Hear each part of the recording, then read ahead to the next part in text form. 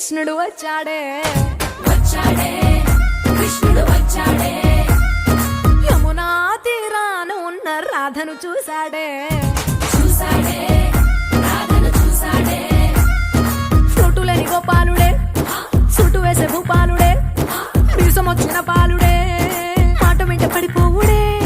కటిక చీకటిలో కన్ను కడతాడే వెన్న ముద్దలని వెంట పడతాడే కోల చేస్తాడే కాలం వేస్తాడే మాయలోడు వీడే